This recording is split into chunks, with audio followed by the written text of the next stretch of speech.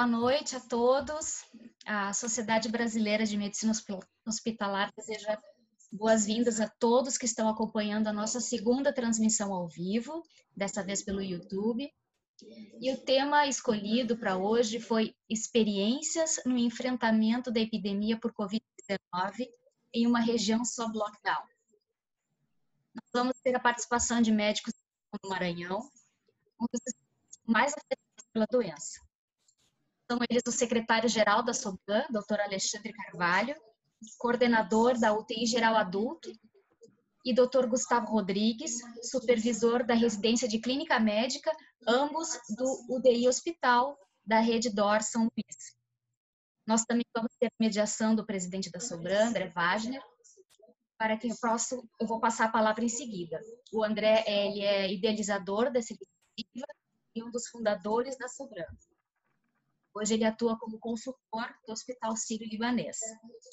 Só informando que nós temos o chat para envio de perguntas e elas também podem ser enviadas pelo WhatsApp e o número eu já deixei ali do lado no chat para quem quiser acessar. Bom, boa noite, pessoal. Novamente essa segunda videoconferência, segunda live da Sociedade Brasileira de Medicina Hospitalar. Para nós, de novo, um prazer estar contando com vocês. Foram mais de 80 inscritos, na verdade as inscrições elas estão aumentando. E de 13 estados do Brasil, de mais de 20 cidades e diversas instituições, congregando médicos, gestores, equipe multiprofissional, enfim, todo mundo relacionado, na sua maioria, a hospitais. A gente conta, então, com a presença dos doutores Alexandre e Gustavo, que além de amigos, enfim, são profissionais de renome e, além disso, estão passando por uma situação que nós, aqui do Sul ou do Centro-Oeste, não estão passando. Estão passando por um momento de uma crescente epidemia de coronavírus, em que, por algum momento, a capital fechou, ficou em lockdown. E, para nós, a sociedade, é fundamental o compartilhamento de informações, de experiências, de erros e acertos para a gente, aqui de outros estados menos afetados, saiba o que pode vir a acontecer aqui no nosso estado. É importante trazer para vocês que a gente tem, mais ou menos no Brasil, 3 níveis. O Brasil ele é realmente grande, então a gente tem estados como o Maranhão, que contam com uma incidência muito alta de casos novos de coronavírus, ameaçando o sistema de saúde, tanto público como privado. A gente tem estados intermediários e a gente tem estados, eu, por exemplo, agora falando para vocês de Porto Alegre, no Rio Grande do Sul, em que a gente vive uma aparente calmaria, como se o coronavírus, a pandemia, não atingisse o nosso estado em algum momento. Então, para isso, a gente dividiu em algumas perguntas, enfim, a ideia é que a gente fique 40 minutos, eu moderando as perguntas que a gente desenhou para o Dr. Alexandre e o Dr. Gustavo, e depois vocês, por 20 minutos, façam perguntas. Vocês vão ter, então, o WhatsApp da Sociedade Brasileira de Medicina Hospitalar no chat do YouTube, ou podem fazer também no chat do YouTube as perguntas que a nossa jornalista vai concentrar as perguntas e vai me enviar. Então, de novo, Alexandre e Gustavo, muito obrigado pela presença de vocês. Para nós é um enorme prazer estar com vocês. Queria estar conversando com vocês sobre assuntos mais agradáveis do que coronavírus ou pandemia. Mas, bom, esse é o momento, enfim, eu acho que vocês têm muito para contribuir com todo mundo que está assistindo, para contar um pouco o que vocês estão vivenciando nesses últimos 2 meses. Então, começando, para nós, fundamental entender, vocês tentarem lembrar um pouco o passado e ver como é que foi essa virada, como é que era o momento que a gente está vivendo aqui no Sul, de pseudo-calmaria, com muito poucos contaminados, até o momento, enfim, de plena epidemia. Eu queria que falasse um pouquinho, Gustavo, então, sobre tentando relembrar essa virada de chave. Boa noite a todos, obrigado pelo convite, André. Acho que, além de prescrever, né, talvez a maior responsabilidade do nosso trabalho enquanto médico é compartilhar informação, né, compartilhar orientação, não só com nossos pacientes, mas com nossos pares, com nossos colegas de trabalho. E eu fico muito feliz em participar de situações como essa, onde a gente pode trocar ideia. Bom, a gente aqui no Maranhão, a gente viveu todos os estágios que se vive hoje, né, aí que se viveu em outros estados, outras unidades da federação. Não vai chegar aqui. Aqui no Maranhão foi uma das últimas unidades da federação, foi a penúltima ou a última a registrar o primeiro caso de coronavírus. Acho que foi o penúltimo estado a registrar o caso de coronavírus. Então, a epidemia chegou aqui relativamente de maneira tardia em relação a São Paulo, Rio de Janeiro, Ceará. Só que aqui a coisa aconteceu bastante rápido.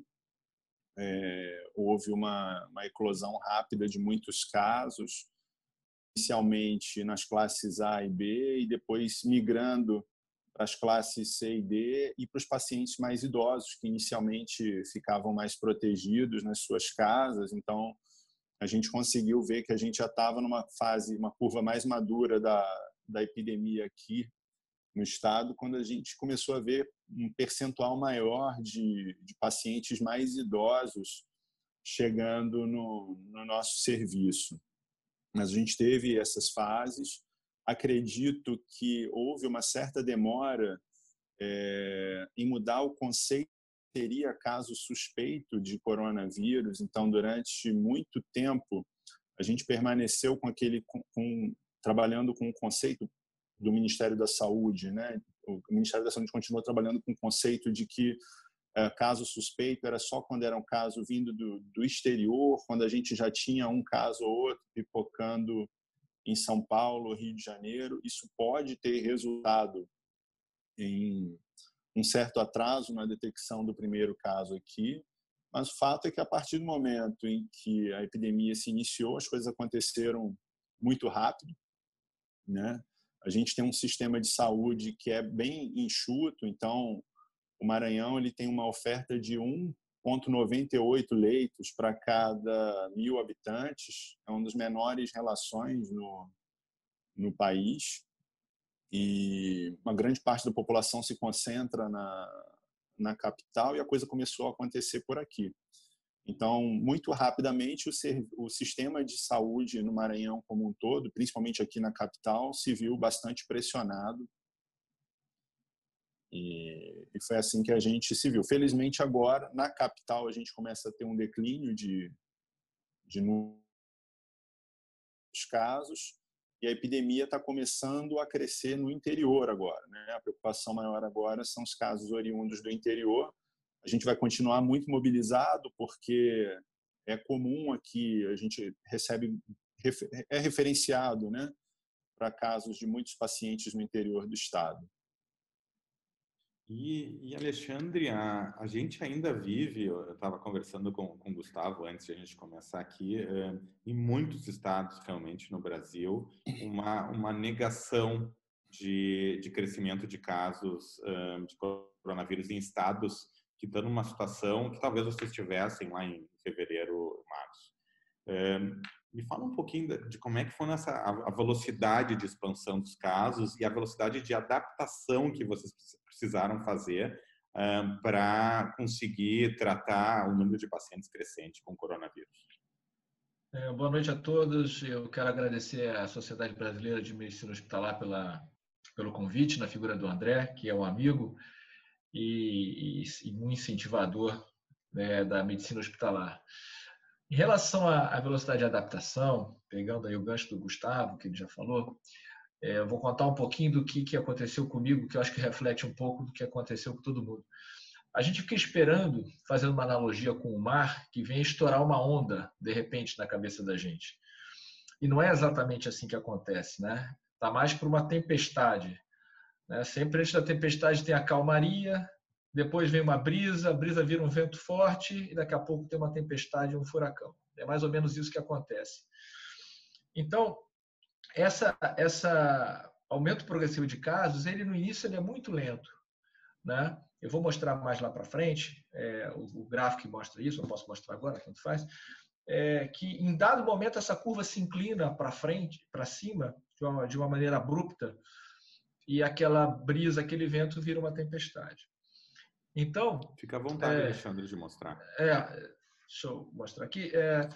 Então, foi exatamente assim que aconteceu conosco. E o que a gente percebeu? Que a gente precisa... É muito difícil a gente se preparar depois que a tempestade se formou, né? Então, que a gente, claro, não vai estar na calmaria se preparando porque o sistema de saúde não tem disponibilidade de recursos para isso. Mas quando começar a brisa e o vento, a gente precisa se preparar. Ou seja, olho na curva, né? A curva é que vai dizer isso para a gente. Então, deixa eu tentar aqui. André, eu não estou conseguindo compartilhar o vídeo, porque eu preciso que você habilite aí, alguém habilite essa... isso está dizendo que está desabilitado pelo... Deve estar só para o moderador, né? Mas tudo bem, eu mostro depois quando habilitar, para mostrar exatamente isso. Eu acho que o mais importante, que é o que vai determinar a intensidade da nossa preparação, é a curva. Ou seja, e sempre trabalhar com os dados compilados, porque quando você não está com os dados compilados, você vê um caso aqui, outro caso ali, os casos são espaçados e você não consegue ter uma ideia do todo que está acontecendo. Trabalhar com os dados compilados, olhar a curva, e quando começar a ventar mais forte, tem que estar preparado, que depois vem um furacão, e aí fica bem mais difícil da gente se preparar. Tá? Então, respondendo a pergunta, qual é a velocidade de adaptação? Ela tem que ir de acordo com o que vem aparecendo de casos. E que adaptações são essas, Alexandre? Deixa eu mostrar aqui. Tô compartilhando agora. Aí. Então, só para você ter uma ideia, deixa eu fazer aqui, mostrar a timeline. Nessa timeline aqui, você vê que no dia 1º de dezembro de 2019, você tem o primeiro caso lá em Wuhan, na China. No dia 31 de dezembro, a OMS é alertada de vários casos lá em Wuhan. E aí, no dia 26 de fevereiro, você tem o primeiro caso no Brasil, na cidade de São Paulo. E como o Gustavo falou, no dia 21 de março, você tem o primeiro caso no Maranhão. Foram 24 dias aqui entre o primeiro caso no Brasil e o aparecimento. A gente acha que foi realmente o penúltimo estado em que relatou um caso novo. Mas vejam bem aqui essa curva, né? Então, aqui, 21 de março, nosso primeiro caso. Isso vai lá, vem aqui a brisazinha, né? E abril começa a ter aqui uma desgarrada da curva, e aí quando chega da metade de abril em diante, você tem realmente uma ascensão bastante significativa da curva e a explosão dos casos aqui confirmados. Tá?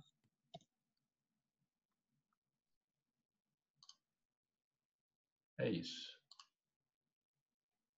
E me fala um pouco da explosão, Alexandre. Como é que foi isso? Como é que vocês sentiram? Como é que vocês perceberam essa expansão? Ela é muito rápida, enfim. E principalmente, como é que vocês se adaptaram a ela de forma muito rápida? Veja bem, eu acho que algumas coisas são muito importantes da gente salientar dessa adaptação, né? A partir do momento que a gente foi vendo esse crescimento, a gente foi juntando essas adaptações e preparando o hospital para isso. Eu vou salientar algumas coisas que foram importantes, né? É muito importante a gente, logo de cara, ter uma separação clara entre o fluxo do paciente que é COVID ou suspeito daquele que não é COVID, tanto no atendimento da emergência quanto no atendimento intra-hospitalar. Isso é uma coisa muito importante. Até porque as pessoas que vão ao hospital, elas precisam ter garantias que elas não estarão misturadas. Uma pessoa que está com, enfim, suspeita de infarto agudo do miocárdio, que ela vá ao hospital e ela tenha a segurança de que ela vai ser atendida em um ambiente separado do paciente suspeita de Covid. A criação de áreas Covid-free no hospital, né? Ou seja, a gente estabeleceu que o 4º andar era uma unidade livre de Covid. Isso é muito importante também.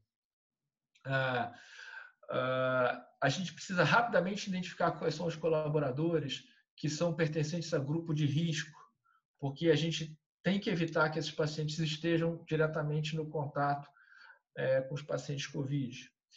A gente precisa estabelecer um rodízio da equipe a partir do momento que a equipe começa a estar muito em contato, porque a gente sabe que vai ter adoecimento, então é uma maneira da gente diminuir a exposição da equipe.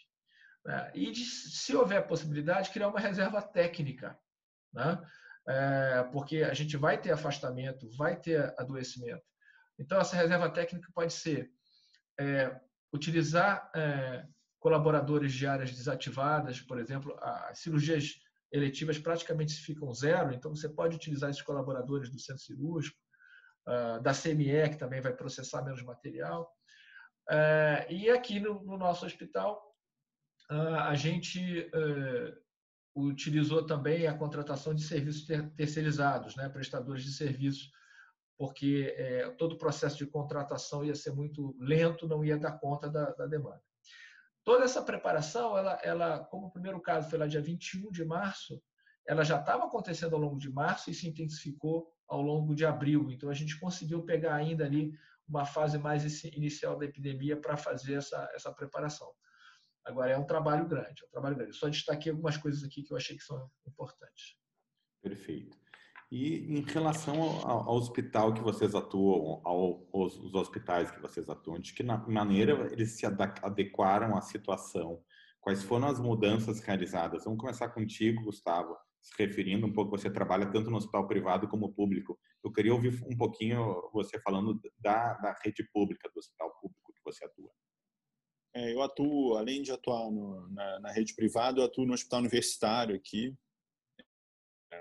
E a gente tem realmente, é um hospital que trabalha com regime de CLT, e aí realmente é aquilo que o Alexandre falou. A gente tem uma série de profissionais muito qualificados que atuam em outros cenários que momentaneamente vão ficar um tanto ociosos, né?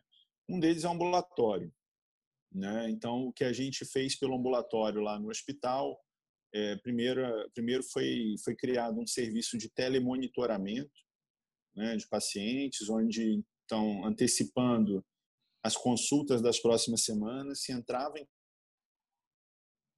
com alguns pacientes para entender quais que realmente tinham necessidade de comparecer ao hospital para serem atendidos e quais poderiam ter os atendimentos postergados. Então, num primeiro momento, isso já causou um impacto de redução no número de consultas ambulatoriais para tentar diminuir a circulação de vírus, né?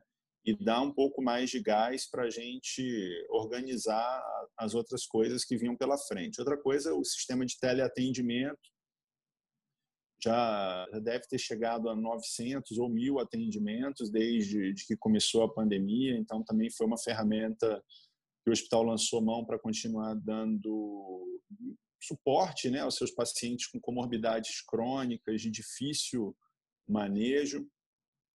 E aí se criou, sim, duas linhas de cuidado grandes e totalmente independentes, uma para pacientes COVID e outra para pacientes não COVID. A gente já dispunha de que existia um plano de expansão de leitos ali, o plano foi catalisado e a gente passou a contar com 40 novos leitos de UTI. E aí, com 40 leitos novos e com o mesmo pessoal de antes, você tem que remanejar essas pessoas, né? Então, eu que não fazia UTI há uns 15 anos, voltei a fazer UTI, fui remanejado 12 horas da minha semana para UTI.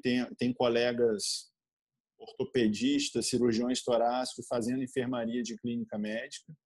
E o que se tentou é mesclar nas equipes pessoas com mais experiência e pessoas com menos experiência naquela área de atuação, para que se possa ter troca mesmo de experiência, discussão de casos e que não se perca tanto a qualidade no segmento dos pacientes, né? Então, se tentou organizar dessa forma. Inicialmente, demorou, a gente teve uma certa... Se a demora não foi abrupta, né, na rede privada, na rede pública, esse enchimento, essa lotação do hospital, a carga de pacientes veio um pouco mais tardiamente, né, mas também foi de maneira tardia e de maneira rápida, né? Porque é aquilo que o Alexandre mostrou no gráfico. Você começa a ter 1, 2, 4 pacientes, aí você dá uma alta, daqui a pouco você está com 5, e chega uma semana X da epidemia que você começa a ter um volume muito grande de internações, alguns pacientes vindo muito graves, porque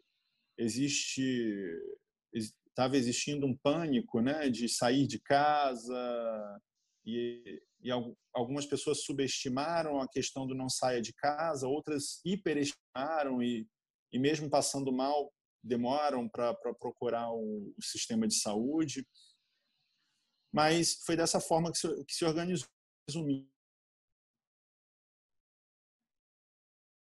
Leitos extra, divisão de linha de cuidado e um plano para tentar manejar esses pacientes do ambulatório, que são pacientes graves que vivem internando, né? E que, para não aumentar o número dessas internações e a gente conseguir dar conta lá no HU.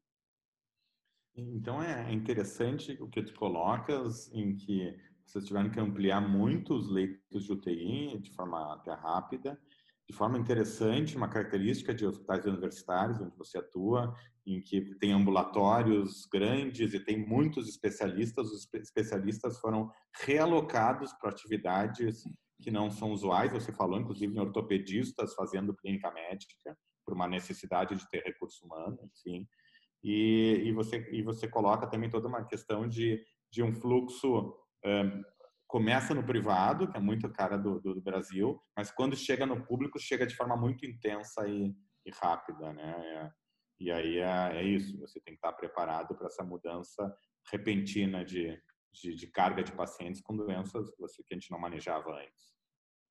Sim, sim, porque nos estratos populacionais com menor renda é muito difícil manter isolamento social, né?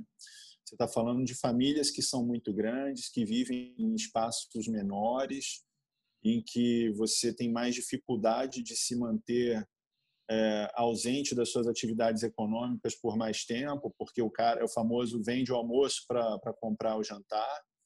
E aí, quando chega nesse extrato, a epidemia chega com bastante força. E aí você vê a inflexão da curva, com certeza, quando chega nesse extrato populacional. E essa é uma grande preocupação, e por isso que vocês estão trocando experiências com a gente, assim, dos estados que conseguiram, talvez melhor do que o Maranhão, fazer um distanciamento social mais adequado, mais precoce, e que agora, isso é uma característica de vários estados do Brasil, estão reabrindo. E essa reabertura, ela existe pouquíssimas evidências de como fazer, e com alto risco de daqui a pouco você aí sim começar a ter um aumento de casos até chegar na questão exponencial. E, Alexandre, no mundo privado, no hospital privado, como é que foi para vocês essa adaptação? O que vocês fizeram, enfim, para conseguir expandir a área de atuação, a questão do recurso humano, para conseguirem prestar uma assistência adequada a esse perfil de pacientes? André, a gente teve ações parecidas com o setor público, como o Gustavo falou, né? A separação de fluxos e de linhas de cuidados para os pacientes COVID e não COVID. Nós, enfim, tivemos todo esse cuidado de trabalhar a equipe, né? Para que ela estivesse presente. Mas a gente ficou muito preocupado no nosso hospital com os pacientes graves, com os casos graves. Claro, a gente ficou preocupado com todos os pacientes em geral, mas especificamente com os casos graves. Por quê? As experiências, principalmente na Itália, mostravam que a taxa de mortalidade era muito elevada por vários fatores, mas um dos fatores era a indisponibilidade de leite de terapia intensiva. Quando você vê lá, a Itália tem uma população que é muito idosa, que o tabagismo, a carga de tabagismo é alta, mas também tem uma das menores relações de leite de terapia intensiva por habitantes. Isso, com certeza, foi um dos fatores que impactou numa mortalidade muito elevada. A gente sabe, tem vários trabalhos mostrando que a cada hora que o paciente que tem indicação de UTI não está na UTI, ele aumenta a sua possibilidade de mortalidade, de morte. Então, antes da epidemia, nós tínhamos 50 leitos de UTI geral e 10 leitos de UTI cardiológica. Quando a epidemia começou e com a pressão, isso foi ao longo do tempo, né, ao longo de pelo menos 30 dias, a gente foi adaptando e abrindo os leitos conforme a necessidade, né?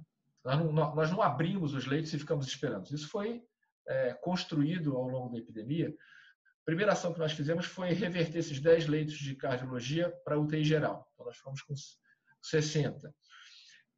Até porque, isso é uma outra coisa engraçada, as outras doenças elas vão desaparecendo do hospital de uma forma inexplicável. Ou seja, o cirurgião falou para mim no outro dia, tem mais de um mês que ele não opera uma apendicite, e ele operava 2 por dia.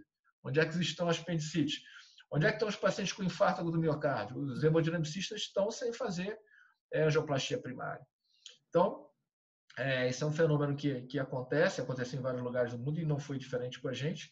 A gente pegou esses 10 leitos de UTI e transformou em UTI geral. E ao longo de 30 dias a gente conseguiu construir, e efetivamente construir, foi uma obra. Nós fizemos mais 13 leitos. Né? É uma obra que nós revertemos uma ala do hospital, transformamos em UTI e compramos respirador, monitores, etc. Então, no final das contas, pré-epidemia, nós tínhamos 50 leitos de UTI e, ao longo da epidemia, transformamos em 73, o que é um aumento de quase 50%. Né? Foi um aumento expressivo. E desses 73, 60 eram para Covid e só 13 eram para UTI geral. E até a semana passada, eu tinha os 60 leitos de UTI ocupados com pacientes. E além desses 60 leitos ocupados com pacientes Covid, eu tinha pelo menos 5, 6, 7 na emergência aguardando leito de UTI.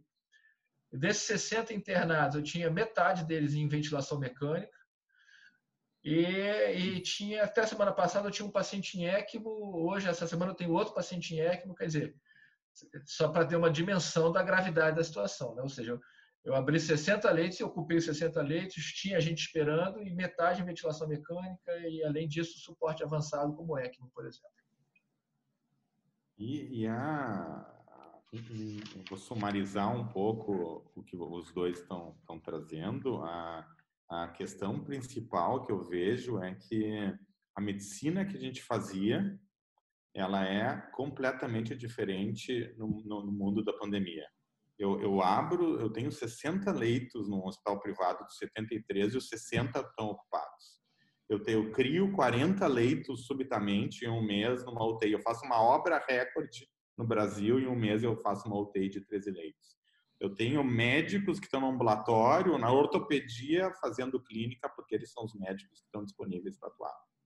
Eu tenho, a gente vai falar mais a questão da infecção de profissionais e como isso afeta o recurso humano, enfim. Pacientes que não existiam, fazendo cada vez mais ECMO, ou seja, metade de ventilação mecânica. Quer dizer, o paciente também não vai embora rápido, ele não gira o leito. Não. Eu entro muito e ele fica preso no leito de UTI. Então, a ideia para trazer para vocês é que é um outro mundo, o que a gente fazia até a pandemia, a gente não pode, a gente como médico, como profissional de saúde, a gente tem que se adaptar, enfim, à realidade atual. Eu acho que é isso que para nós, que estamos vivendo ainda um início de casos, longe de uma saturação do sistema de saúde, a gente não consegue enxergar. E tem uma coisa, Alexandre, que a gente não consegue enxergar mesmo como brasileiro, que é uma coisa que se chama lockdown, né? E aí você olha aquilo e diz, isso é uma coisa da Itália, isso é uma coisa da Espanha, isso é uma coisa de Nova York. Mas não, é uma coisa de São Luís, de Recife, de Belém do Pará, de Manaus. E aí, a primeira coisa que eu vou te pedir, Alexandre, é para tu explicar o que é lockdown para nós. Porque para começar, ele é um termo em inglês, não é à toa, porque ele está muito distante da gente. E depois de explicar isso, explicar quando é que foi feito o lockdown, quando é que aí o ente público percebeu a importância do lockdown, fez o lockdown e como é que foi para retirar o lockdown. Então, a gente queria ter uma vivência da experiência de viver por alguns dias ou semanas nesse termo em inglês chamado lockdown.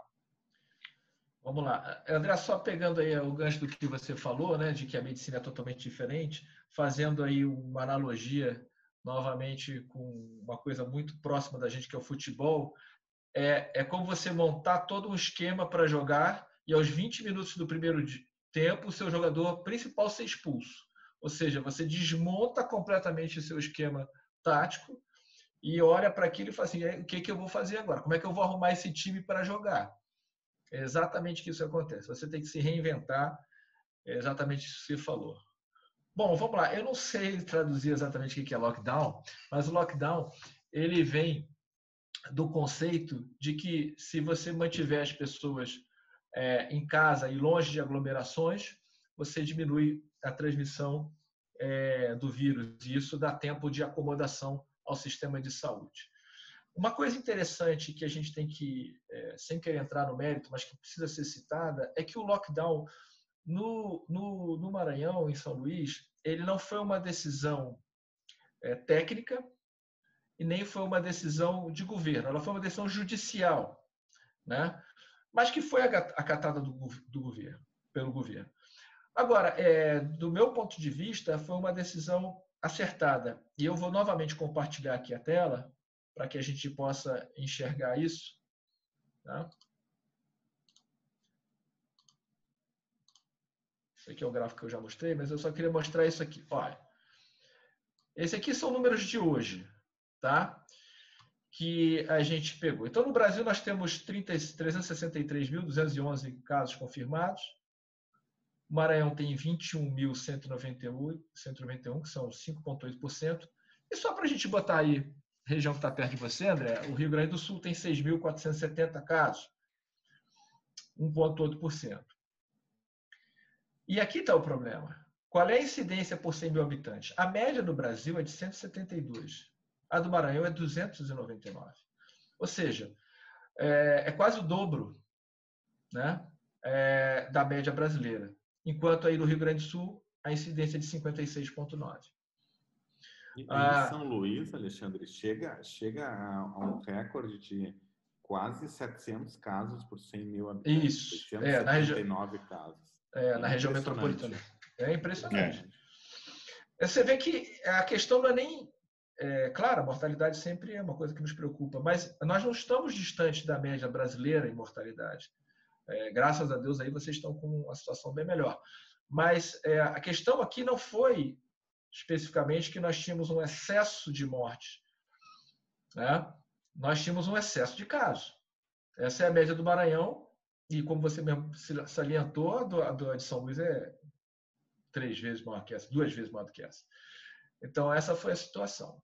Então, a decisão ela não foi técnica, não foi da Secretaria de Saúde, ela não foi do governador, ela foi judicial, uma decisão judicial, mas que tem uma base para sua tomada, né, uma evidência para sua tomada que eu acho que é bastante razoável. Isso, junto com esse gráfico aqui que eu já mostrei antes, nos demonstrando claramente que isso estava numa curva descontrolada ascendente, né?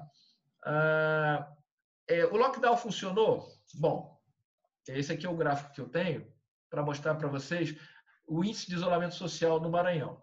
Então, quando a gente vê lá em fevereiro, ele se mantinha variando aqui entre 25% e 35%.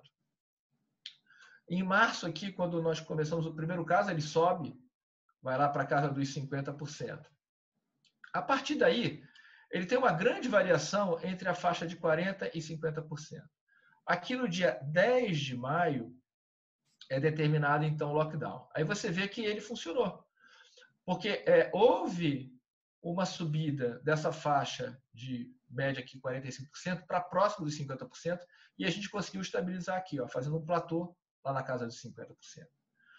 O lockdown durou do dia 5 ao dia 15 de maio e a partir do dia 15 de maio a gente vê que a taxa o índice de isolamento social volta a cair. Então, do ponto de vista de funcionamento, ele funcionou, porque eu consegui manter um platô aqui na casa dos 50%, em que em nenhum outro momento dessa série temporal eu tinha conseguido, certo? Então, desse ponto de vista de índice, ele melhorou. Agora, eu queria fazer algumas observações importantes assim, em relação ao lockdown. Primeiro, ele é muito heterogêneo na cidade, né? Ou seja, você tem áreas que aderem muito fortemente ao lockdown e você tem áreas que simplesmente o ignoram, né? existe uma grande heterogeneidade na cidade, né, em regiões e bairros da cidade e em adesão ao lockdown. Segundo, necessita de um grande engajamento da população, né? Ou seja, a gente não pode ter o controle do Estado sobre a circulação do cidadão. É impossível você ter um policial em cada esquina dizendo quem pode sair e quem não pode sair.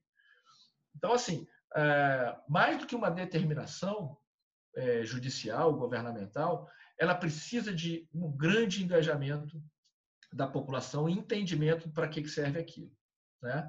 Porque é humanamente impossível, o Estado não dá conta de controlar isso, né? Até porque você tem que permitir a circulação para as pessoas fazerem compras de alimentos, remédios, as pessoas que vão trabalhar. Então, a pessoa tem que ter a conscientização. Aqui em São Luís, nós tínhamos barreiras policiais em grandes vias, né, que paravam todos os carros e você tinha que mostrar a sua declaração de que você era profissional de saúde, estava se deslocando por causa disso, ou, de alguma forma, comprovar que você estava saindo para comprar alimentos ou remédios. Mas como eram barreiras em vias expressas que não necessariamente as pessoas usam no bairro para comprar comida ou não, mas provavelmente quem estava sendo barrado ali tinha que mostrar que ia trabalhar num serviço essencial, por exemplo. Mas isso é o que eu digo, isso acontece em pontos específicos da cidade, mas precisa que cada cidadão entenda que ele precisa ficar em casa. E Gustavo, o que tu acha que mudou para a população nesse momento de lockdown? Bom, na prática, o que a gente era permitido, né, a sair de casa para fazer compras em farmácia, supermercados, ou para levar alguém a um serviço de saúde, né, alguém que estivesse passando mal, ou para trabalhar em serviço de atividades essenciais. E aí era requerido uma declaração, né, do RH da empresa, declarando que aquela pessoa exerce uma atividade essencial X naquela carga horária, naquele endereço e que reside em tal endereço. Então, imagino que se eles pegassem você se locomovendo fora daquele trajeto estimado entre aqueles dois endereços, você tem que dar uma justificativa de por que você estava fazendo aquele padrão de locomoção. Para quem já estava engajado em fazer isolamento social, eu não percebo que o lockdown tenha mudado tanta coisa. Porque quem já vem engajado de casa já para fazer somente o necessário, está minimizando a exposição. Um outro ponto do lockdown, que esse sim talvez tenha sido responsável pela diminuição do fluxo, foi fechamento mesmo de algumas atividades. Por exemplo, eu tenho uma loja de lingerie aqui em São Luís. Eu também eu me aventuro no comércio. Então, lojas, né, estabelecimentos comerciais que não trabalhassem com alimentação ou com bens essenciais em geral, foram proibidos, inclusive, de fazer delivery nesse período. Então, a gente já vinha trabalhando somente com delivery e a minha empresa e outras empresas também tiveram que parar, inclusive com essa atividade. Mas é como o Alexandre falou, né? A gente teve um aumento da adesão populacional, mas não se chega naquele número mágico de 70%, né? Que tanto se preconiza e tanto se busca e se persegue por conta de toda a heterogeneidade do nosso tecido social, né? Então, toda a heterogeneidade do nosso tecido social. Então, a gente tem pessoas que nem sabem o que é lockdown aqui, né?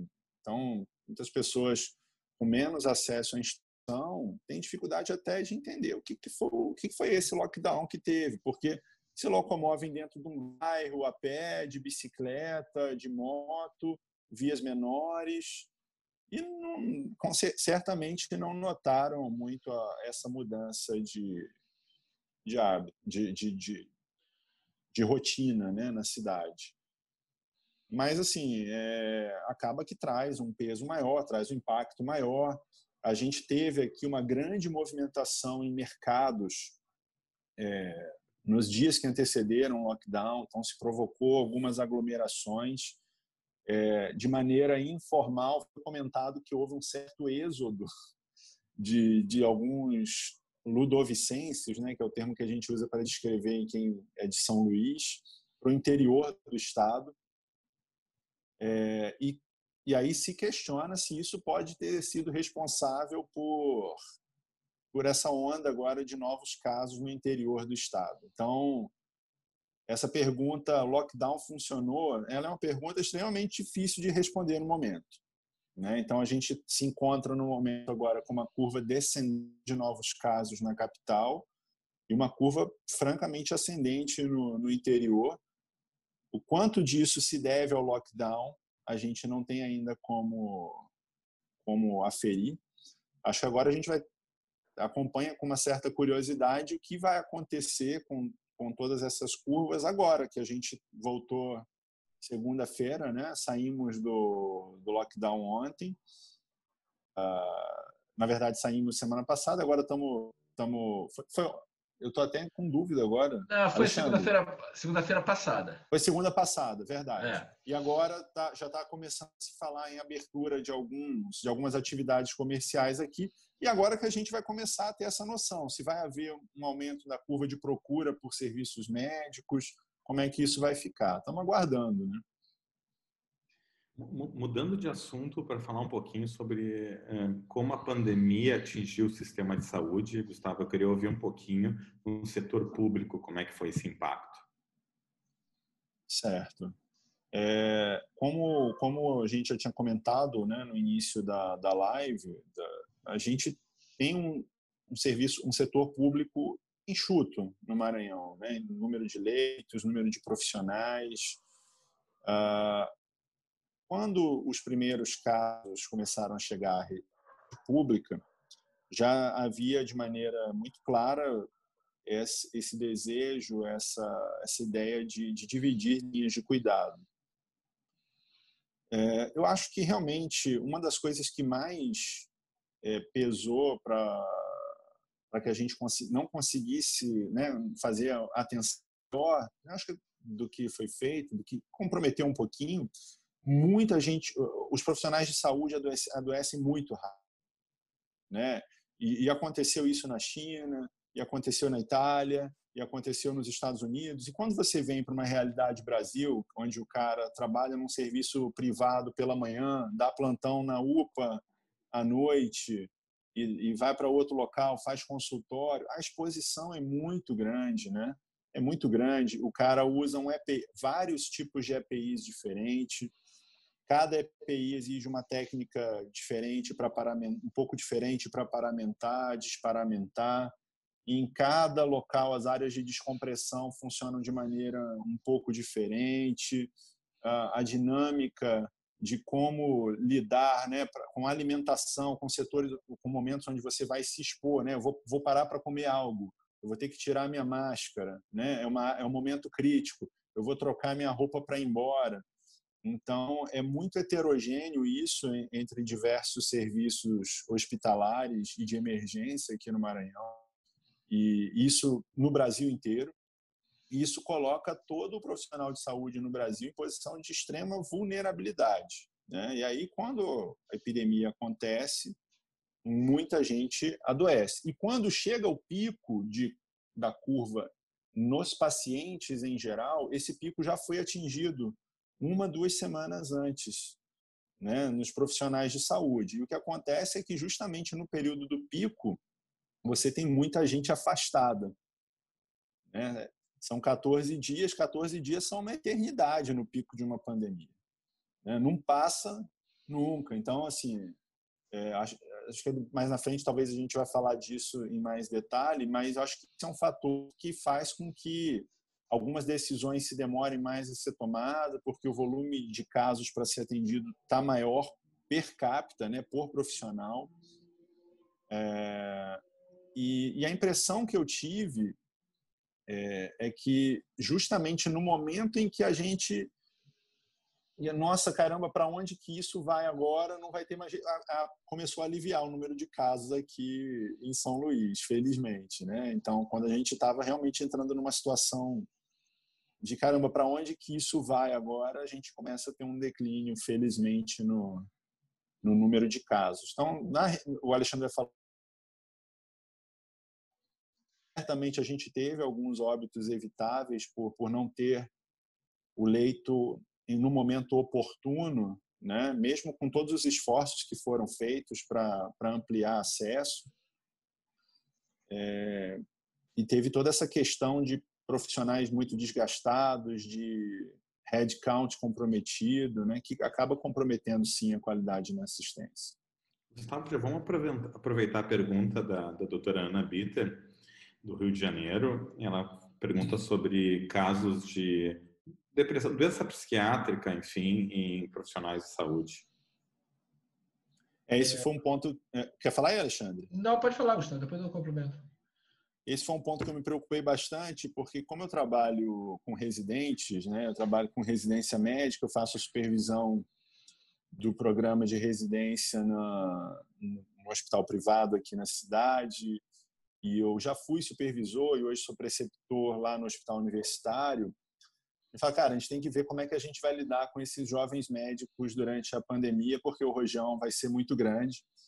A gente chegou a oferecer algum tipo de suporte psicológico, mas aí o pessoal foi para adiar um pouco mais, estava todo mundo muito envolvido em querer estudar essa doença nova, mas é muito desgastante mesmo. Assim, você vê colegas seus adoecendo, né?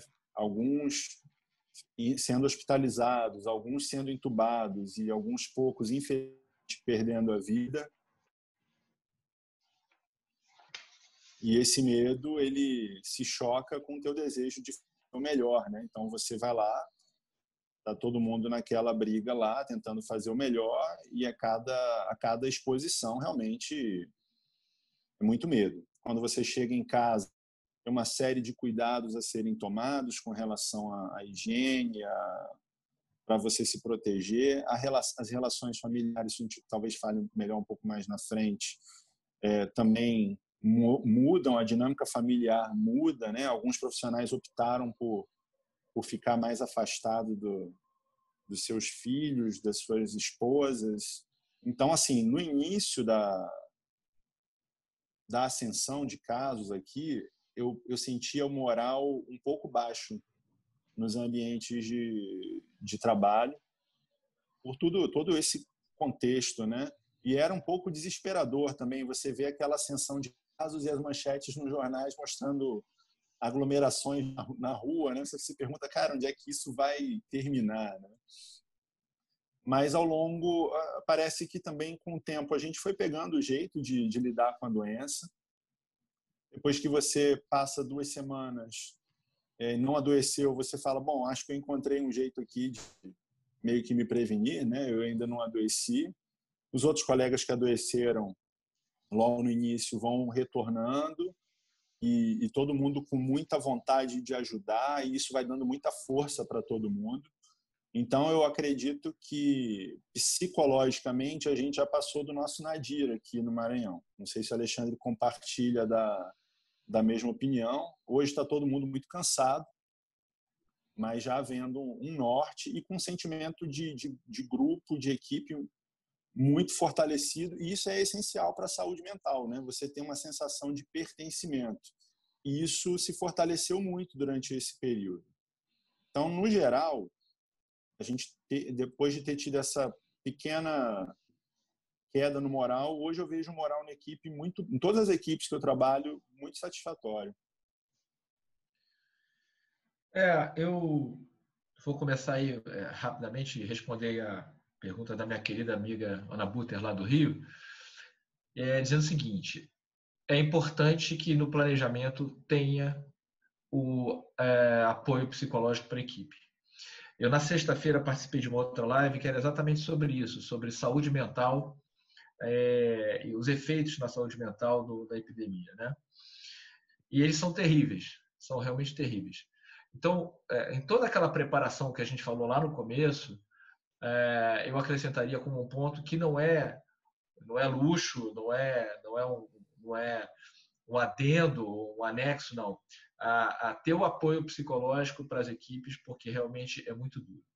Como o Gustavo falou, isso é muito pior no começo. Depois a coisa vai passando, mas no começo a tensão é muito grande. E eu vi cenas, assim, eu vi uma técnica que estava no seu primeiro dia de cuidados com o paciente COVID e que na hora de tirar os EPIs, ela achou que se contaminou, que não te retirou adequadamente e teve um surto, gritava, chorava, dizia que ia morrer. E essa pessoa teve que ser acolhida, ter suporte psicológico, não teve mais condições de começar na UTI, continuar na UTI. Enfim, então é muito importante essa preparação, contar com um ou mais profissionais que deem suporte psicológico, né? E em relação à outra pergunta, né, dos impactos aí da epidemia no setor público e privado, é mais ou menos o que o Gustavo falou, só vou acrescentar 2 pontos. Primeiro, normalmente o setor privado ele conta com uma taxa de ociosidade um pouquinho mais folgada do que o setor público. Se você for pegar lá a estatística da ANAP, se eu não me engano, a taxa de ocupação dos hospitais ANAP normalmente gira em torno de 70% ou 75%. Né? Então, você tem aí uma zona de acomodação para um aumento de demanda. Essa não é uma realidade de São Luís. São Luís tem muito poucos hospitais privados. Então, eles já trabalham com uma taxa de ocupação que é muito grande. Né? Só para você ter uma ideia, ano passado, a minha taxa de ocupação geral do ano de 2019 foi de 103% na UTI. Ou seja, eu fiquei lotado o tempo todo e girava o leito, às vezes, mais de uma vez no dia. Né? Então, essa acomodação ela não foi tão mais fácil aqui no setor privado, não. A gente teve problemas porque a gente já trabalha com uma taxa de ocupação elevada.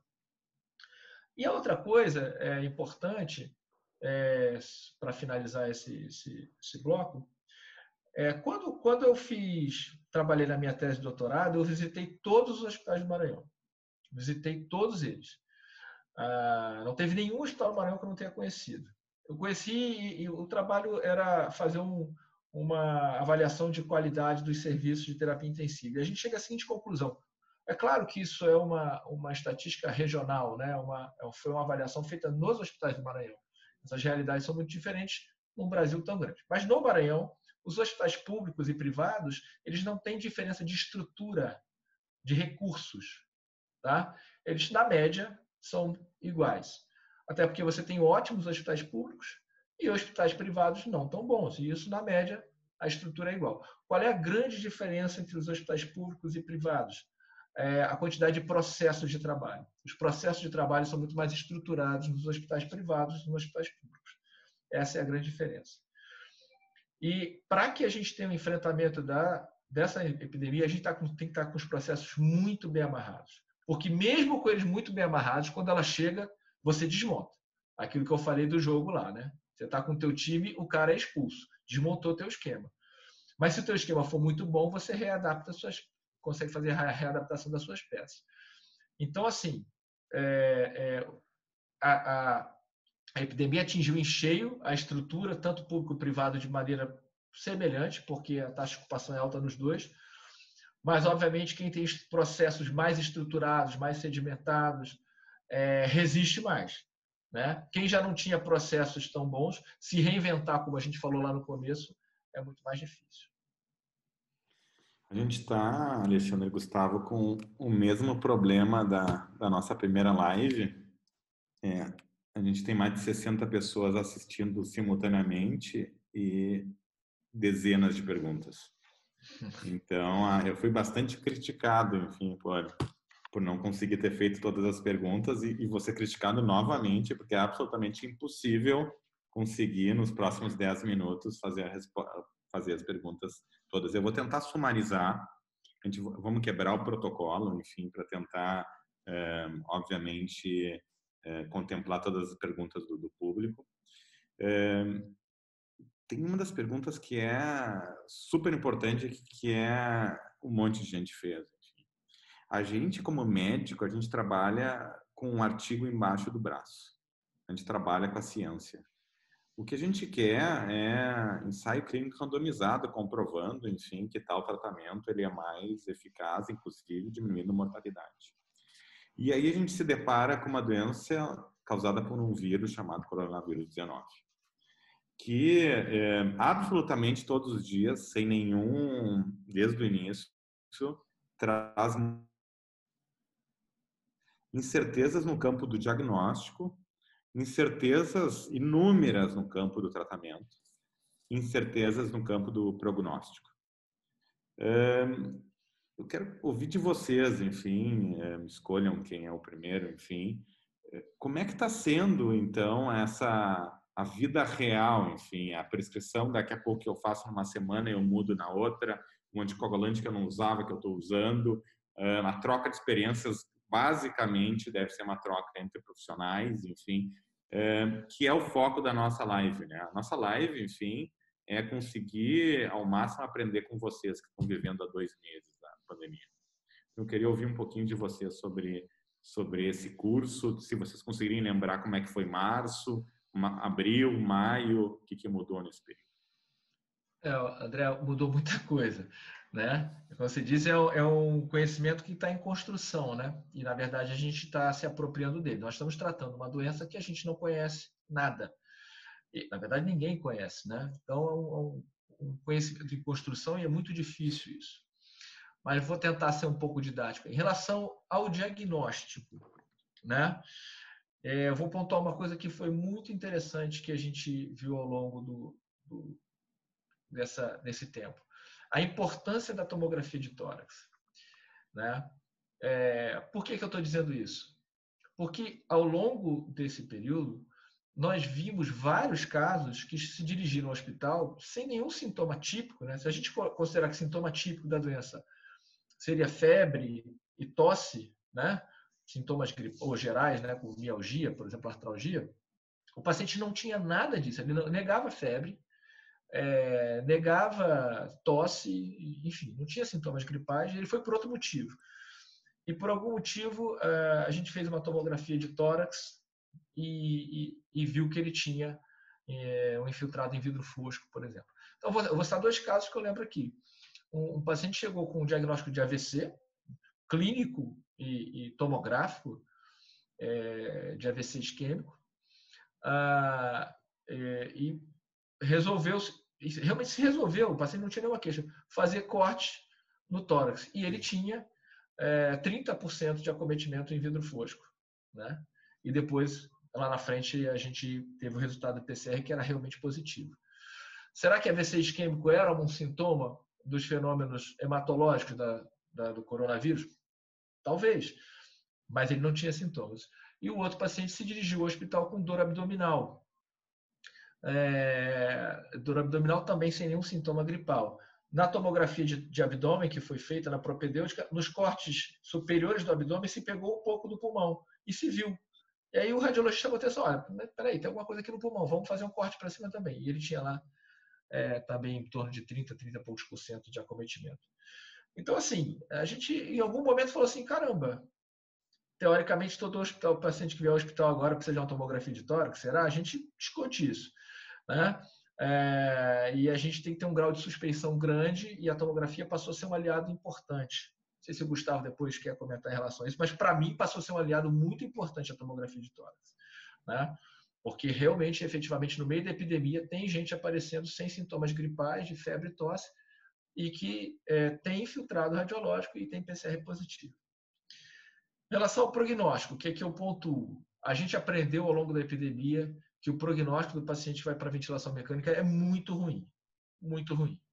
É óbvio que quando eu falo isso, eu não estou imputando o prognóstico à ventilação mecânica em si, né? Obviamente, o paciente que vai para a ventilação mecânica, ele é mais grave por natureza. Mas o que a gente viu na sequência? O paciente que vai para a ventilação mecânica, ele tem uma sequência relativamente previsível. O seguinte, ele entra em choque circulatório e mais um pouquinho ele entra em insuficiência renal, com suporte dialítico. né? E a taxa de mortalidade desse paciente é muito alta. Então, a gente mudou a nossa estratégia e passou a tentar evitar ao máximo, né, utilizando o que a gente pudesse de suporte ventilatório não invasivo para evitar a intubação desses pacientes. E finalizando aí, em relação ao tratamento,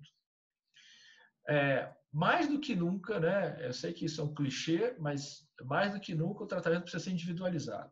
Né? Nem todo mundo, não tem uma receita de bolo. Primeiro que não existe receita de nada comprovado ainda. Então precisa ser muito individualizado. Segundo, ele precisa ser muito discutido com os pacientes que podem ser discutidos. É claro que isso não é diferente, a gente deve fazer isso sempre, né, como boa prática, discutir o tratamento e as preferências com o paciente. Mas eu acho que nesse cenário ele se torna melhor ainda, né, ou seja, mais apropriado. Nós tivemos um fisioterapeuta do serviço que foi internado, grave, em algum momento ele estava com um quadro respiratório muito complexo, e ele, consciente, disse que não queria ser entubado de jeito nenhum, né? Que se responsabilizava pelo risco.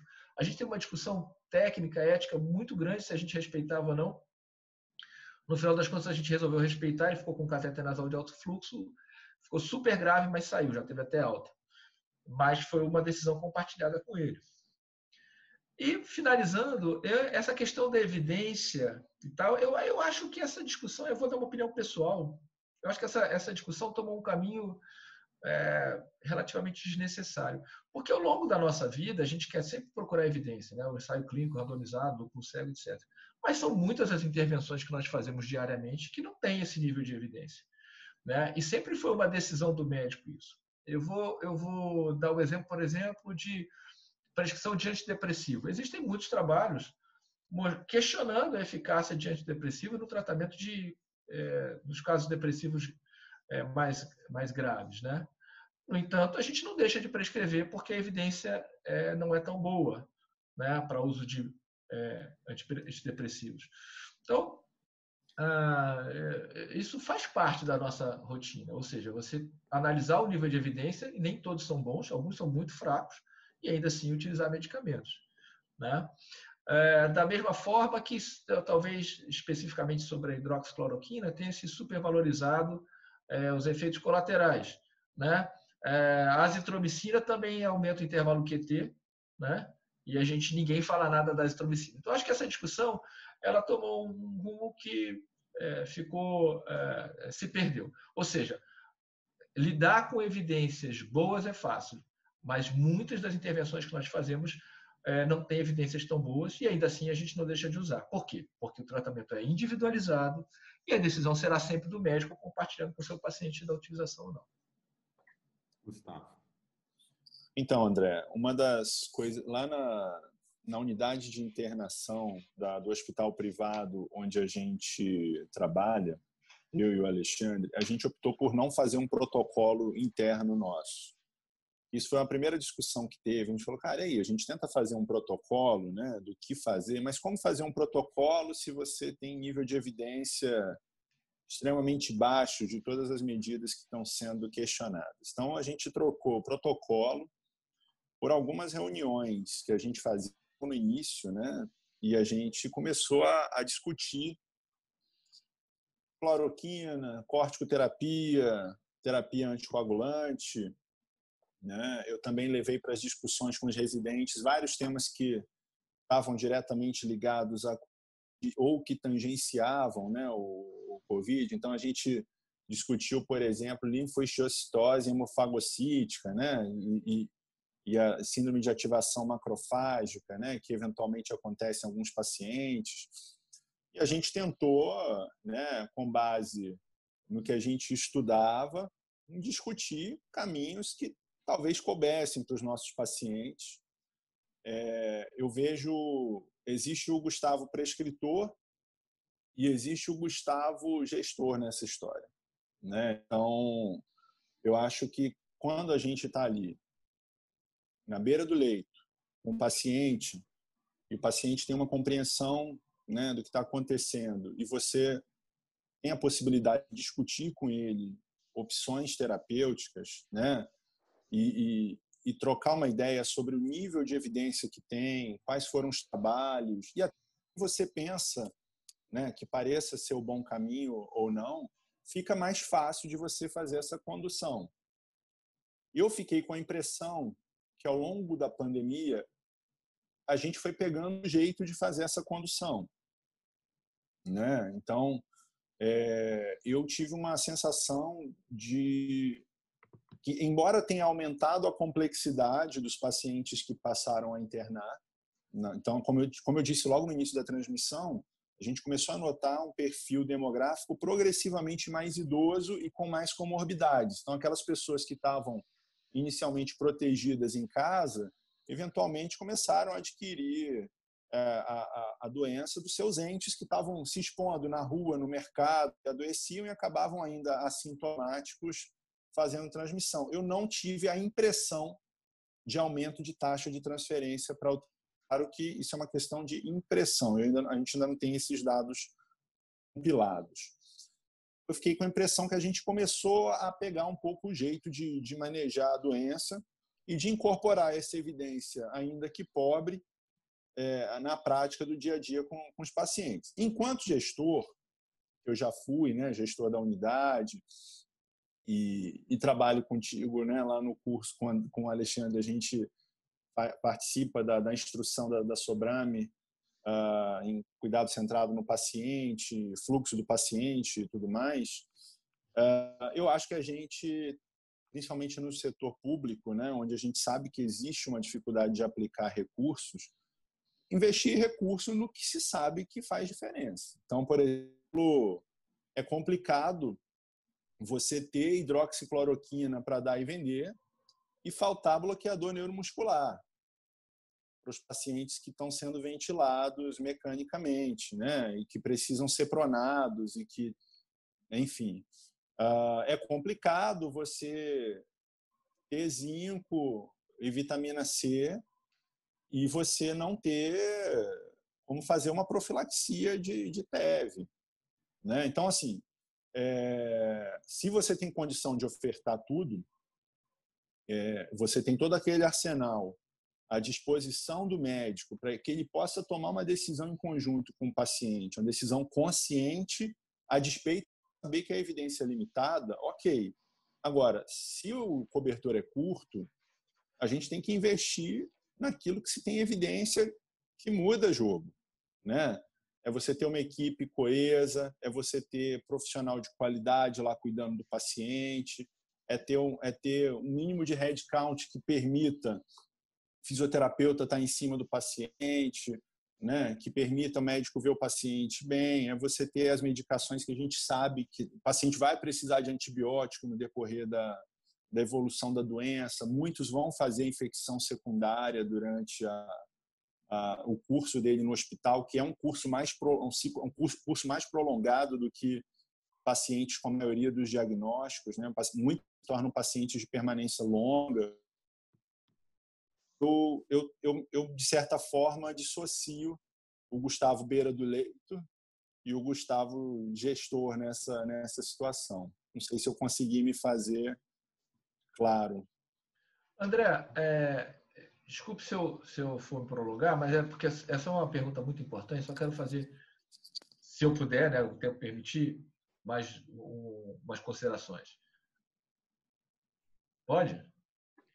Pode. Eu fiquei devendo, por enquanto, 17 perguntas. Não, então vai. Deixa eu Não, eu acho que vamos. Deixa eu só fazer algumas orientações, tá, gente? A gente vai ficar mais 10 minutos, tá? Fiquem à vontade, enfim, é um horário de janta, horário de estar com as famílias, enfim. Já continuam tendo 60 pessoas assistindo, então acho que está bastante interessante para vocês. Eu preciso que vocês enviem, então, para quem as perguntas que não foram respondidas. Já peço novamente desculpas. A gente vai ter que fazer uma live de algumas horas na próxima vez para conseguir contemplar todas as perguntas. Coloquem um e-mail ou no chat ou o seu e-mail no WhatsApp da sociedade, que a gente vai encaminhar as perguntas de vocês para o Dr. Gustavo, o Dr. Alexandre, eles mandam as respostas para vocês. São perguntas super interessantes e super variadas e abrangentes.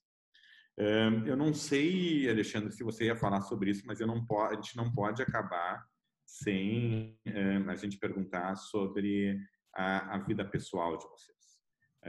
Esqueçam a vida ser médico e a gente quer saber, e aí, se for isso, você complementa, Alexandre, enfim,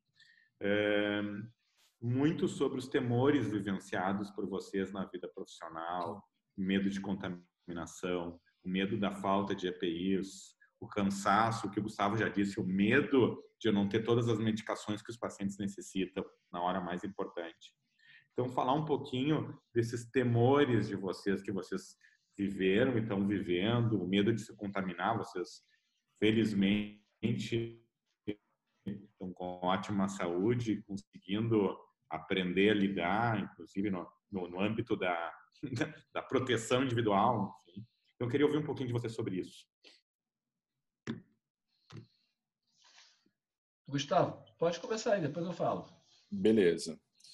Bom, a vida pessoal mudou completamente, né, com a pandemia, porque primeiro evento que acontece é uma grande mudança nas escalas, todos os lugares. Então, a gente que é médico nunca trabalha em um local só. A gente passa anos para construir aquele perfeito equilíbrio entre várias escalas. E aí vem a pandemia e fala, olha, vamos ter time A e time B e vocês vão trabalhar 7 dias, folgar 7 dias, e no outro hospital se cria uma outra estratégia e no outro local se cria uma outra estratégia, e a primeira reação é, caramba, como é que eu vou conciliar esse negócio todo aqui? Né? Isso é o primeiro gerador de estresse. Né? Então, você começa a ter dias em que você trabalha realmente muitas horas com EPI, você chega em casa com raiva, cansado, com sede. Cheguei a ter uns 2 dias de febre, era só desidratação mesmo, porque você passa muitas horas paramentado. Eu evito realmente, a todo custo, tirar o EPI enquanto eu estou em ambiente hospitalar, tirar a máscara N95. Eu já saio do carro com a minha N95 e eu só tiro quando eu chego em casa, né? Então, assim, é bem desgastante essa questão. Existe medo de levar a doença para dentro de casa, né? Eu moro com a minha esposa, então não gostaria de ter a sensação de levar a doença para ela. A gente já conversou sobre isso, ela até me deixou mais tranquilo. Projetos pessoais, profissionais também, alguns acabam que você tem que engavetar um pouco, porque você não consegue ainda ter um entendimento de quando a gente vai sair dessa situação, né, de restrição de mobilidade, de pandemia, de escala modificada. O que eu fiz aqui e que está funcionando um pouco melhor, eu depois consegui reacomodar a minha escala, eu estou tentando evitar turnos maiores de 6, 7 horas por dia. Eu tenho 2 plantões de 12 horas por semana ainda, que esses a gente respira fundo e vai. E aí eu chego em casa, leio alguma coisa, vejo alguma notícia, vou ver um filme. Estou vivendo um dia de cada vez, foi a maneira como eu consegui encontrar um pouco mais de paz. Eu estava um cara... Não estava bem no início da pandemia.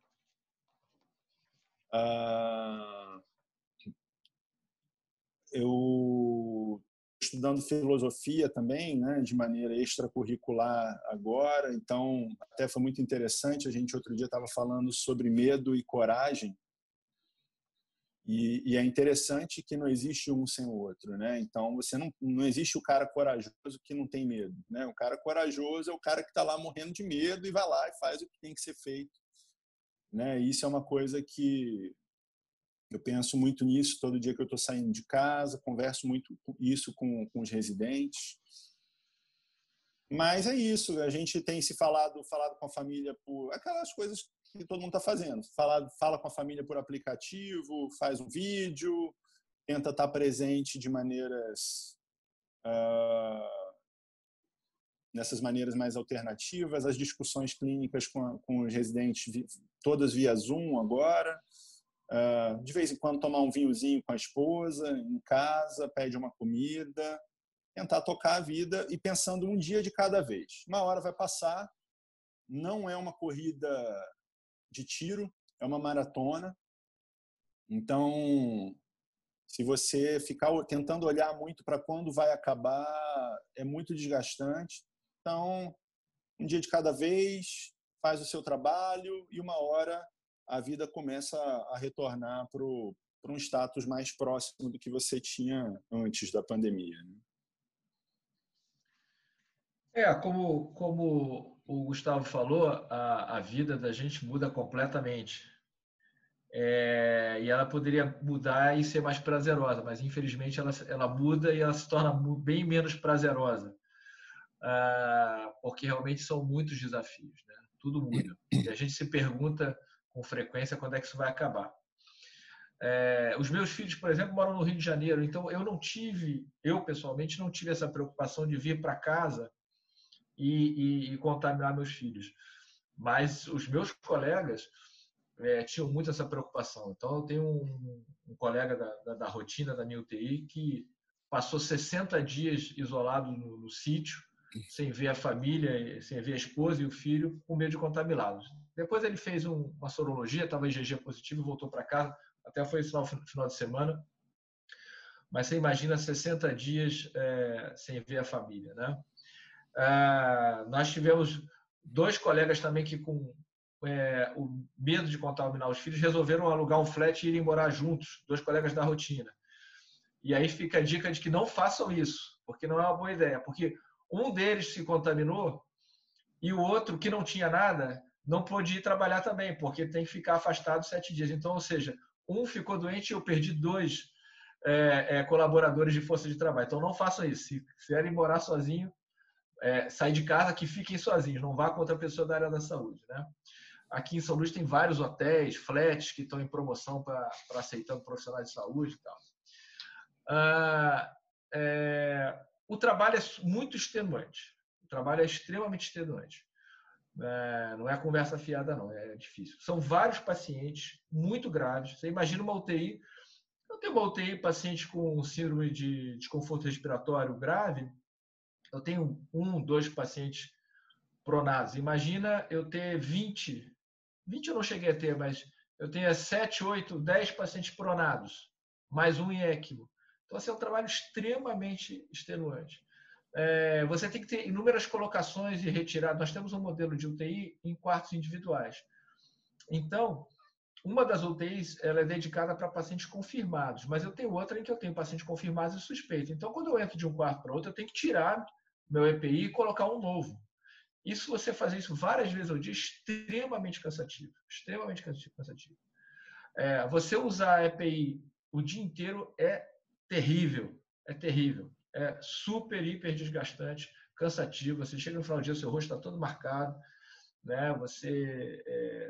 Alguns colegas nossos fizeram SCAR aqui, né? Lesão por pressão no nariz, mesmo por uso contínuo ali no 95.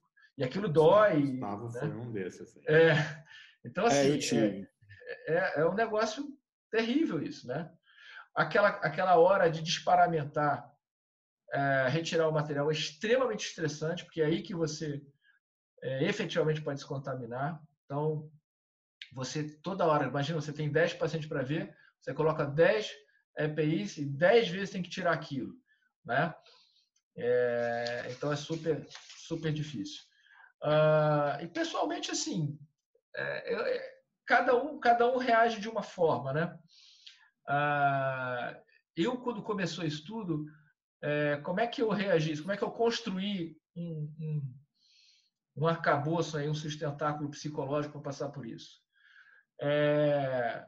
Eu fiz 2 coisas, assim. É muito pessoal que eu vou falar, mas, enfim, foi como eu me preparei. Primeiro, eu botei na cabeça que eu não ia ficar doente. Por algum motivo, eu disse assim, eu não vou ficar doente. Essa doente não vai me pegar. Isso não quer dizer que eu me expus a ela.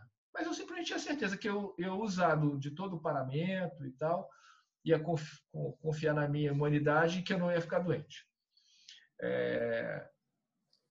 E outra coisa, eu falei assim, eu vou botar o meu foco no trabalho, na tarefa que eu tenho que realizar.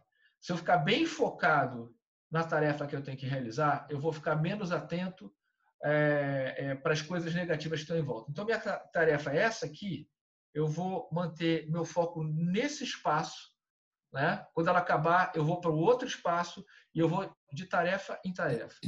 E isso serviu para mim, e tem servido para mim,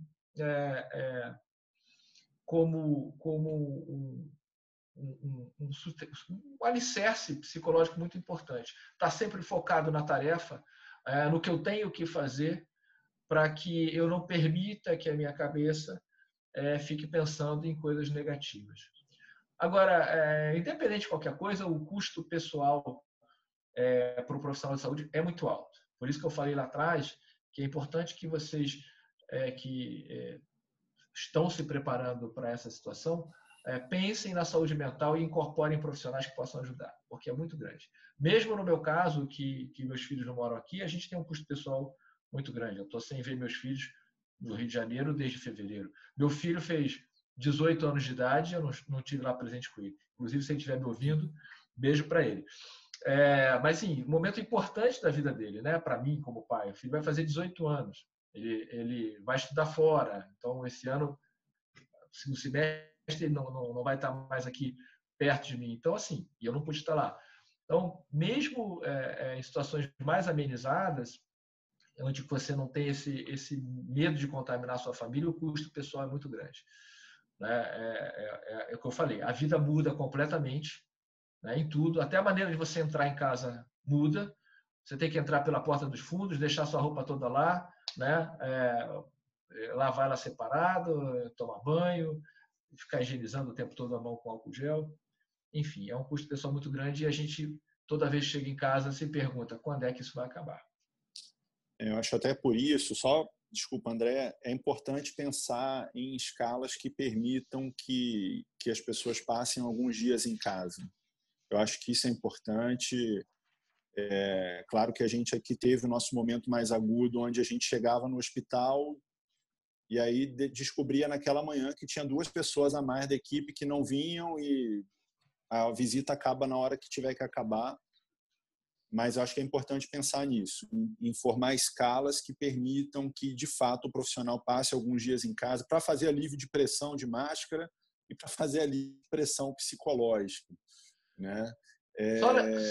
Só lembrando, né, Gustavo, André e todo mundo que está nos ouvindo, que isso está acontecendo numa população que já vinha assolada há muito tempo por burnout, né? Ou seja, hoje em dia o que mais se discute mundo afora é exaustão das equipes de saúde, né, a síndrome de burnout. Então, ou seja, essa não é uma população que estava já sadia, né? Os profissionais de saúde já não estavam sadios antes, né? Eles já eram, já existia uma incidência grande de doença de saúde, da saúde mental, psicológica e afetiva do profissional de saúde tem sido discutido.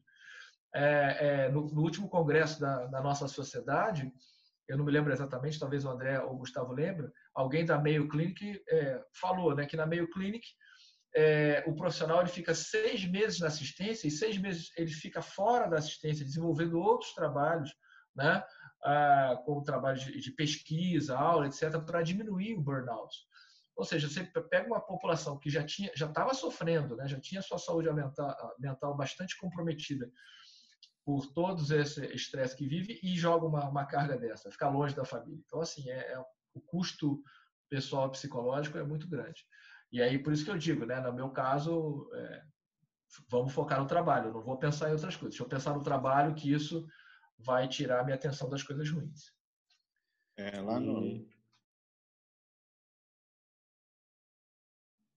Vamos para as outras perguntas. E a gente passou muito do tempo. Eita! 25 minutos do tempo, mas está sendo muito bom. Eu tenho a última pergunta para fazer para vocês. Mas antes disso, gente, para quem está acompanhando, para nós da Sociedade Brasileira de Medicina Hospitalar, realmente é muito importante vocês se associarem. A associação é um valor simbólico anual. A ideia principal, assim como a gente teve aqui 13 estados, teve 2 médicos hospitalistas da Argentina, na outra videoconferência a gente da Espanha, dos Estados Unidos, de Portugal e da Argentina também. para nós, essa troca de experiências entre os mais diferentes profissionais no Brasil é o que agrega. Esse é o objetivo principal da sociedade nesse momento de crise, de caos em alguns lugares, de ansiedade, de receios. Então, para nós, está lá no chat do YouTube, www.sobram.com.br. Conheçam a nossa sociedade. Nós vamos enviar, agora são 19 perguntas, vocês vão ter bastante tempo, bastante tarefa para... Se o Alexandre está focado em trabalho, então... E o Gustavo vai tomar um vinhozinho respondendo muitas perguntas. Realmente são variadas as perguntas. O Alexandre e o Gustavo são muito acessíveis, eles ficam à disposição, eles também são diretores da sociedade, então eles ficam completamente à disposição para responder perguntas pela sociedade. A última pergunta para fechar, gente, é com relação a vocês dois. O que mudou para vocês? O que são hoje, como são hoje Alexandre e Gustavo? Pode começar, Gustavo. Pode responder, Alexandre, que eu vou pensando aqui. André, sinceramente, eu só vou saber quem eu sou depois da pandemia passar, né? Porque são muitas coisas que passam na cabeça da gente, desde do medo de adoecer, enfim. E você passa a pensar em coisas que você nunca pensou antes, né? Eu acho que todo profissional que está ali de frente, em um momento, pensa assim: e se eu adoecer? E se for uma forma grave? E se eu ficar na UTI? Ficar entubado, o que eu vou fazer? Então, assim, eu refleti muito sobre isso e tomei até algumas decisões, caso... resumidamente, eu me preparei para ficar doente, né, e estar incomunicável, né? Se isso acontecesse, ter algumas atitudes já pré-programadas. Então, quando isso tudo passar, com certeza a gente vai ter uma visão diferente, né? Sobre vários aspectos da nossa vida pessoal. Não sei dizer em que pé eu estou, acho que tem que passar mesmo, mas com certeza algumas coisas que eu nunca tinha pensado antes, me vi obrigado a pensar nelas, né? E não sei qual é que vai ser o impacto ali na frente, né? Duas coisas assim para finalizar minha fala aqui.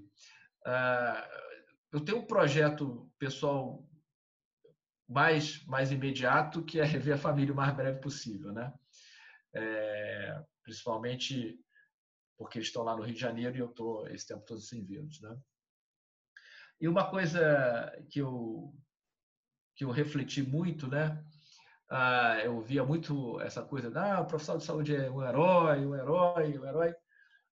Eu sempre refutei um pouco essa ideia de duas palavras que eu acho que na minha cabeça não combinam com o profissional de saúde.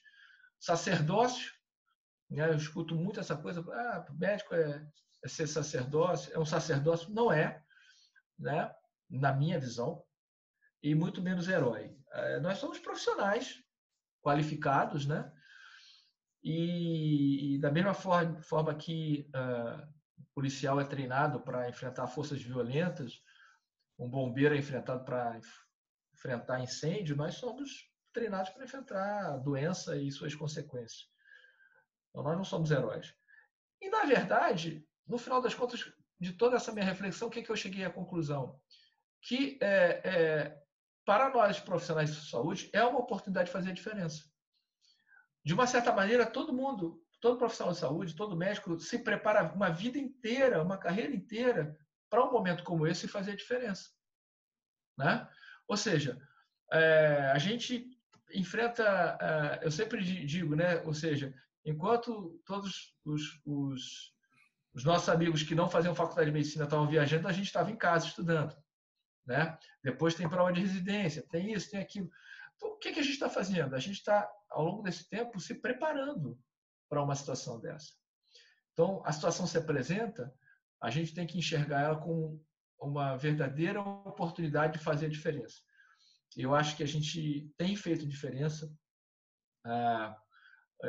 muito, e eu acho que isso parte dessa diferença, parte não, muito disso que a gente está fazendo tem sido reconhecido pela sociedade e por isso essa alcunha de herói. Não somos heróis. Somos profissionais e que estavam esperando o momento para fazer diferença. E eu acho que a gente tem que fazer diferença na vida das pessoas. Consegui pensar um pouco aqui. Não, então, eu acho que foi muito interessante, né? Porque a pandemia, ela impactou, a gente falou um pouco disso, muito diretamente em nossas vidas, mas algumas decisões são muito fáceis de tomar, né? Quando você está num momento crítico, fica muito claro o que é supérfluo e o que é vital, né? Então, nessas fases em que você tem medo de morrer, que você tem medo que pessoas próximas a você venham a ficar doentes, né? Começa a ficar assustadoramente fácil, né? Sacar fora algumas coisas que você inventou um dia que fazem sentido. Não vou ficar com papo de coach barato aqui, filosofia barata, mas eu acho que realmente esse é o tipo de situação que traz isso à tona, né?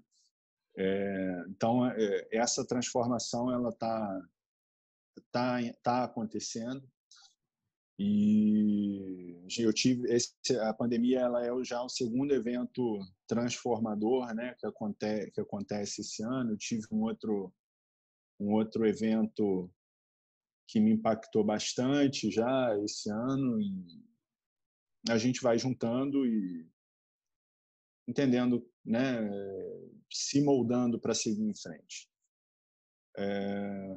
Eu sempre tive essa discussão com o Alexandre, né? Uma vez a gente teve essa discussão, né, da questão dos aplausos na janela. Eu falo, pô, cara, fico com raiva disso, porque esses aplausos na janela parece quando a gente está todo lascado e a gente reza, meu Deus, né, me ajuda, não sei o quê. E eu tenho praticado muito isso, a questão da ação por dever, né? Que, cara, tu vai lá para o teu trabalho e tu faz o que você acha que é o correto fazer, porque é bom, porque é o que vai te deixar orgulhoso de você mesmo lá na frente, é o que se conecta com o que teus pais te ensinaram de valores, com o que você foi aprendendo ao longo da vida. E eu acho que assim a pandemia, se tem algo de bom na pandemia, eu acho que eu me reconectei um pouco mais com isso, de maneira mais clara, né? A gente tem uma profissão que em alguns momentos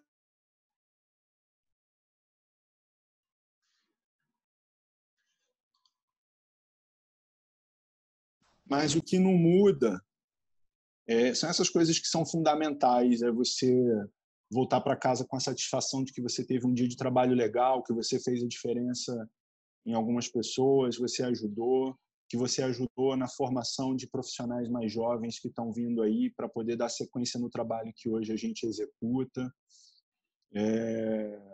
E o nível de felicidade que isso me traz nesses dias agora, hoje talvez ele seja menos ofuscado por outras coisas que a gente usa como distração na vida.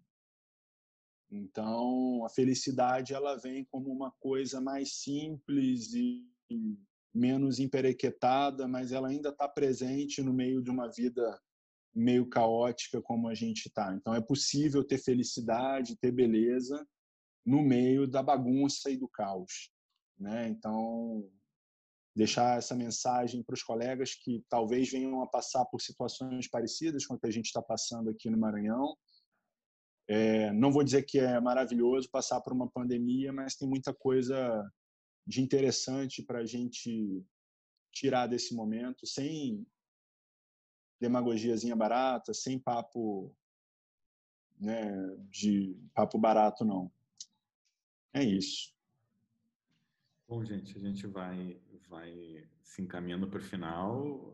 Alexandre e Gustavo, muito obrigado pela participação de vocês. Eu estou sempre aprendendo aqui, lembrando que a sociedade ela faz lives a cada 2 semanas, então para quem está assistindo, vocês vão receber um convite para um outro tópico, obviamente relacionado à pandemia.